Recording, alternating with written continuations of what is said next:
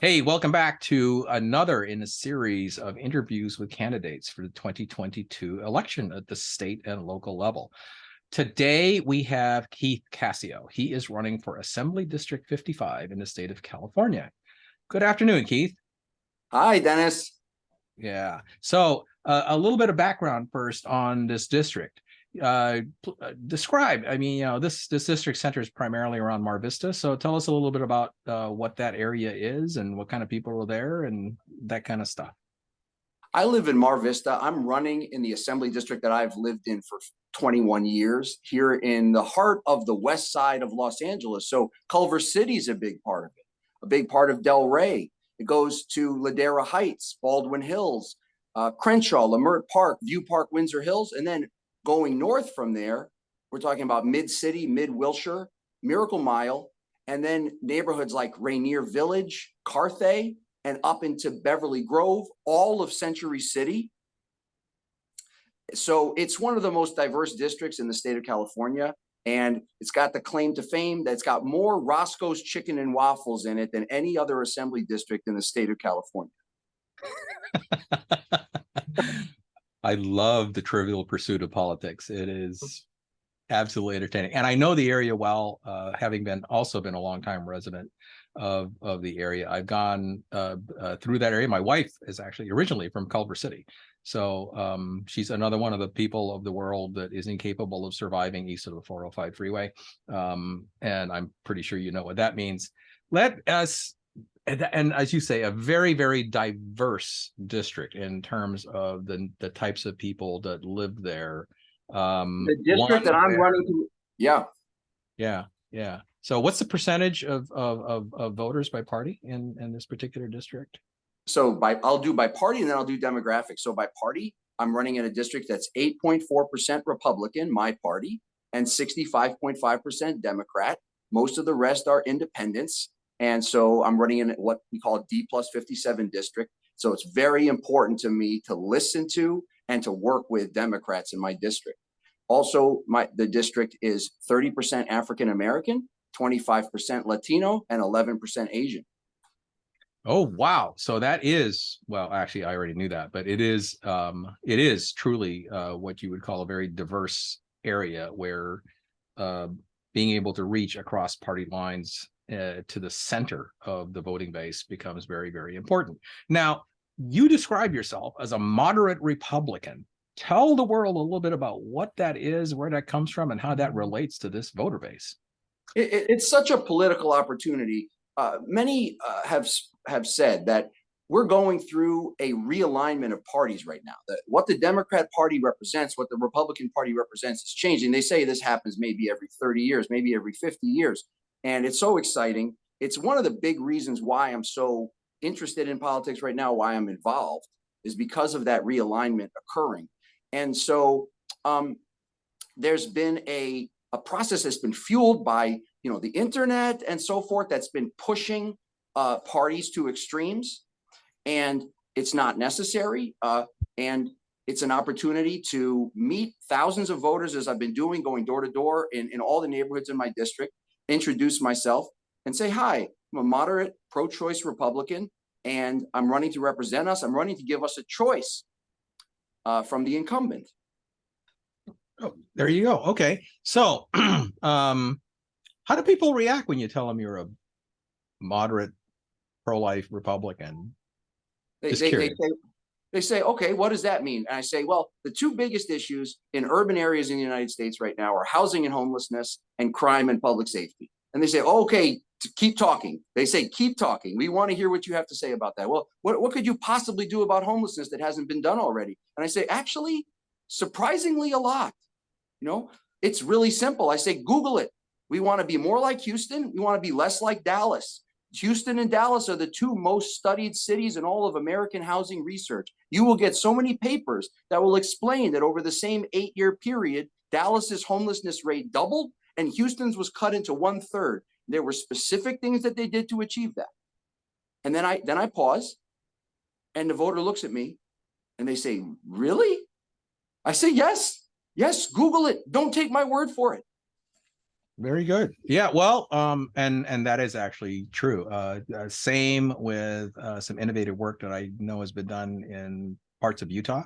Salt Lake City in particular has also done some very good work in the world of how to handle homelessness in particular, and in the LA area, or in California actually as a state issue, the lack of housing units and a number of initiatives that are now floating through the state legislature in terms of how to deal with that. So given your interest in that, you would be walking right into an area that has an active interest as far as the state of California is concerned. So, that's good. Law and order. Yeah. And what do you say to people when you come across them for that? So I want to mention the assembly person that I'm running against one time by name, and then thereafter I will refer to him as my opponent. But I'm running against our assemblyman, Isaac Bryan, and he's a person whose academic work we admire and respect. We especially admire the issues that he identified years ago and focused on, which is housing and homelessness and crime and public safety and criminal justice. And we think that his heart is in the right place. We think that he's a nice guy, but that he's gotten some bad advice on a couple of issues, housing and homelessness being one of them. And then with regard to public safety, my opponent is one of the most steadfast, defund politicians in the United States. And he was interviewed by CNN in 2020, and they asked him, how do you feel about defund? He said, it might be a pie in the sky, but someday we hope to defund law enforcement in its entirety. So let's treat that as like an experiment. Let's say it was done. It may not have been done in Los Angeles. It was probably done in Seattle. It was done in a few other cities in the United States. And according to FBI statistics that were released in May of this year, May 2022, it looks like, to us, it looks like it backfired. And so the very outcomes that we agree with my opponent that we want to achieve, more safety for the community, more safety for people of color, more safety for men of color, a reduction in harmful incidents with law enforcement. This approach that has been attempted appears to have backfired. Okay, so very good. So you're basically saying that because of this disagreement of approach that has been tried to date, that you want to bring different approaches to solving the same problem, and with a moderate Republican slant to it. What does that look like? That means communication. It means community policing. So as a candidate, I've had some great experiences zooming into so many neighborhood council meetings, neighborhood groups of different kinds, chambers of commerce meetings. But in those neighborhood council meetings in particular, in the county of Los Angeles, typically there are going to be at least 2 LAPD officers in each of those meetings. And that is a form of community policing that LAPD has been doing for years. And so there will be officers who are assigned to that area, and that's their beat, and they know the community. And in those meetings, they receive fairly intense feedback. Let's say there's 20 citizens in that meeting. There's a section of that meeting where they speak to LAPD, and it can get quite detailed and refer to specific occurrences that have occurred. Sometimes people have video evidence and so forth. And I've been very impressed with the way that LAPD handles those interactions and interacts with the community and makes them feel heard. Yeah, well, there you go. Well, that's near and dear to my heart, because back in the day, in around 1992, 1993, I worked with the Los Angeles Police Department to design the community policing program, beginning out in the San Fernando Valley and eventually propagating it across the rest of the city, and its eventual adoption by the Los Angeles Sheriff's Department. And I'm glad to hear that program is going well. The thread that I hear in your voice basically says that you believe more local control is a key to solving some of these problems. I've heard that thread before in other interviews, and I'm wondering how would you see that from the context of working out of the Sacramento side of things? How do you restore more local control? We have to express gratitude to our law enforcement agencies, to LAPD, to LAPPL, the Los Angeles Police Protective League, to Los Angeles Sheriff's Department, to the Highway Patrol. We need to express our gratitude and our appreciation for the subtleties of the work that they do, because it's an ever-changing environment. Law enforcement in a city is an ever-changing environment. It's not a static thing that can be treated that way. And we need to look to those leaders to continue to refine how they're approaching the city, and really block by block, neighborhood by neighborhood, acknowledge that that's the reality, that there isn't a one-size-fits-all approach, and therefore communicate and listen. And so from Sacramento, if elected, one of the most important things I will do is use my position in order to express that appreciation and that acknowledgement of our law enforcement agencies, as as a counterpoint to the elected official that currently represents us, who is known, very well known by LAPD, very well known nationwide in some circles, as being a law enforcement abolitionist. So imagine the contrast, right? A moderate Republican such as myself, who if you were to visit my website, keithfor55.org, you will find my blog post on police accountability. So I care about and value police accountability. I have specific recommendations for it written there on my blog. But at the same time, I am not treating law enforcement as if it's this easy thing that can be quickly and easily understood and simply prescribed by non-experts. Instead, I am expressing this appreciation for the experts. And I believe, and many of my voters I've spoken to believe, that would almost immediately result in better law enforcement in the 55th Assembly District. Okay, well, there you go. Well, a man with a plan and a pathway for it. That's always a good thing, Other issue, okay. Other big issues, state issues that you hope to work on when you get to the state legislature, because you're going to wind up touching. Oh gosh, it is the 7th largest economy on the planet, so there's a lot to work on. Yes, I think this might be a good moment for me to talk about my background a little bit and then explain how that could be applied to issues. So I'm a professional software engineer. I'm a software guy. I work in what we call Silicon Beach out here in Los Angeles for a major company. And I have a statistics background. I have a artificial intelligence and statistics background. And so much of policy, as I know you're aware, Dennis, so much of policy nowadays is a matter of statistics. It's an argument about statistics. It's research that the result of which is a statistical claim. And we are living in a sea of statistics now. And it really helps to have a background in statistics in order to identify the biggest trouble that we get into with it, which is apples to oranges comparisons.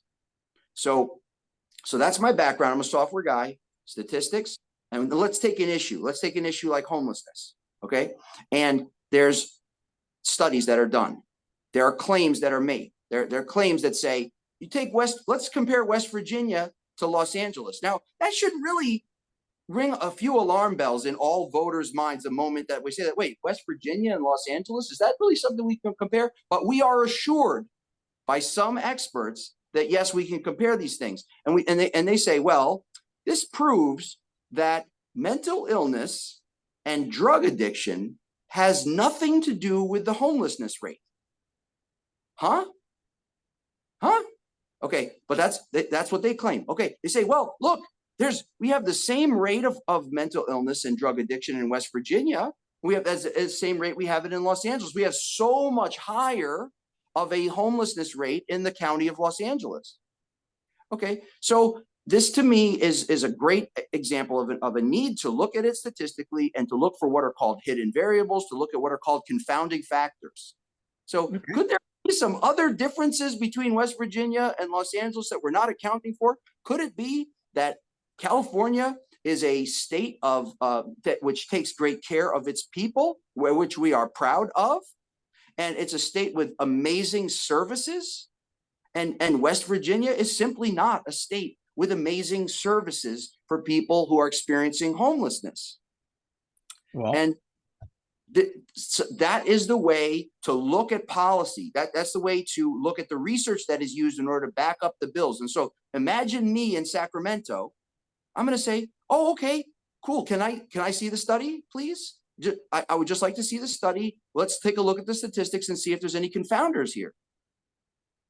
okay, very good. So I think, okay, well, I know what you've described. What you've described there is a theory that and one that I subscribe to, by the way, which is called data-driven policy, and that is as opposed to emotion-driven policy, which are two of the tensors that exist in the political system, particularly in Sacramento at this point in time. So, and you're definitely on the data-driven policy side of things, as you have just described. And for viewers that didn't quite get all of that, it's positive nerding is the way I like to describe this type of work. So, and I think that's that's very good, because I think it's important that people understand that these are part of the skill sets that you're actually offering the voters of the 55th should they select you, and so it's I think it's a good thing that people see how your brain is working and how you would actually work on their behalf in the state legislature. I think it's refreshing, to tell you the truth. But then again, sir. If I could just add a little bit of that to talk about the way the legislative process works in California. Okay, there are Uber charities. There are Uber charities like the Chan Zuckerberg Initiative, like the Conrad Hilton Foundation, like the James Irvine Foundation, like the San Francisco Foundation, the Merritt Community Capital Corporation, that fund think tanks. They're California-based think tanks. Uber charities fund think tanks to do research. Some of us worry they fund them to do research that they want a certain outcome for. They have in mind what the outcome might be. They say, we'll give you this budget. Please conduct this research. They spend, let's say, a year or two conducting that research. They get a certain outcome. That think tank then writes the bill. They write that bill. Then they go to the California legislature in Sacramento and they shop for an assembly person to sponsor that bill. Okay, so let's say I'm sitting there and I'm observing this process occurring. And I say, okay, you guys did some research. We want to see it. We want to take a look at it. And it really helps to have a degree of confidence in interrogating statistical claims, so that we don't just have to accept that Uber charity paid for research in Sacramento. That would be called special interest influence in the real world, and I get it, and you are entirely correct. I've seen this happen many times in Sacramento, where you have bills that are pre-written, that they go shop for a legislator that has what are called container bills, that they just basically swap the language out. So you're very good. You're very well aware of how the mechanics of bringing legislation that can come out of the blue sometimes in the not ranking on the color, but essentially this is how things happen. I personally think that having more people that are competent to ask those kinds of questions and challenge ground rules and assumptions is a very good thing. So, I can see where you're coming from that. The emotional message you have for the people of District 55, what would you like to say to them as to why they should vote for you? I've been right here with everyone else in District 55 during the past 2 years of pandemic, the seeming turning upside down of the world that we live in, of the country that we live in, the state, confusing, contradictory claims coming from major government agencies, coming from the Los Angeles County Department of Public Health, mandates of various kinds, and political conflict on a level that we haven't seen recently. Everybody's watching what's happening in the LA City Council right now. I have been right here, and I believe I have some skills and some interests that allow me to be a one voice, guiding us back to a place of stability, away from a place of chaos. You know, violent crime is a form of chaos. It is something that too many of us here in the 55th Assembly District are getting too familiar with. We're getting too accustomed to it. So, you know, that's one form of chaos. And then the phenomenon of homelessness is different, but it's a form. It's something that nags at us, that we feel like that we must be able to do better than this. And so it's a crisis of confidence. And I'm so interested in being part of the solution, being part of the group of people that works, that looks at claims, that doesn't just accept the prescriptions of powerful agencies just off the bat, and guides all of us back who live in this area into a place of greater stability. Okay, very good. All right. So final piece. If you could say again, where can people find a website for your campaign? Please check us out at keith455.org. And please contact us, ask questions, and thank you so much for listening today. Thanks for participating. There you go. All right. Well, thank you very much. That's Keith Cascio, candidate for California Assembly District 55 in the November 22 election. Thank you very much, sir. Thanks, Dennis.